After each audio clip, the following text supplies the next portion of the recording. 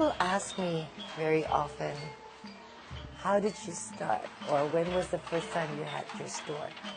The first shop existed when the first person who came into my home and said, I would like to buy a piece of cloth, then it became a shop. I'm Bin, known as Obin, and I am Indonesia's cloth maker. I always look at cloth as architecture. It's a word I made up. Architecture, you have the foundations and the pillars, right? The cloth, you have the warp, which is the pillars for the construction of the cloth. The yarn that comes in from here, the vertical, is called the weft. So the piece of cloth is actually a construction of the warp and the weft.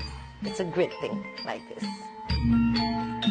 The combination of how you set up the reeds and then together with when you push the pedals, that will create the texture of the cloth that you are weaving.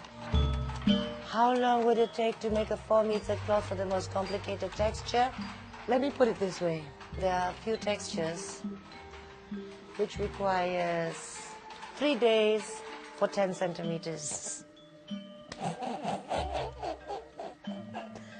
You do your counting. What is batik? Batik is a wax resist form of motif application onto an already made piece of cloth. After you wax, you dye. After you dye, say red, for example, you dry it.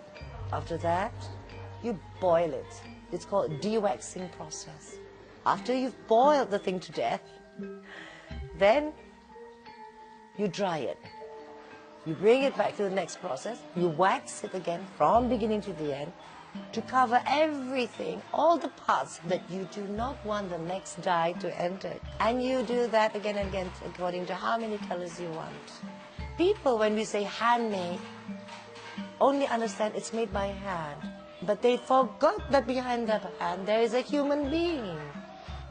Sir, when you ask me whether you sold it for a lot of money, I don't look at it that way. I say that piece absorbs so much time and energy. Those pieces became works not of art but of life.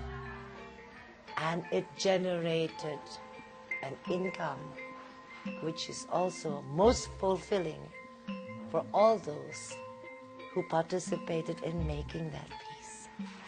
And I am just very, very grateful that we are still able to be doing this work at a time where the world is where it's instant, where people even don't boil water anymore to make coffee.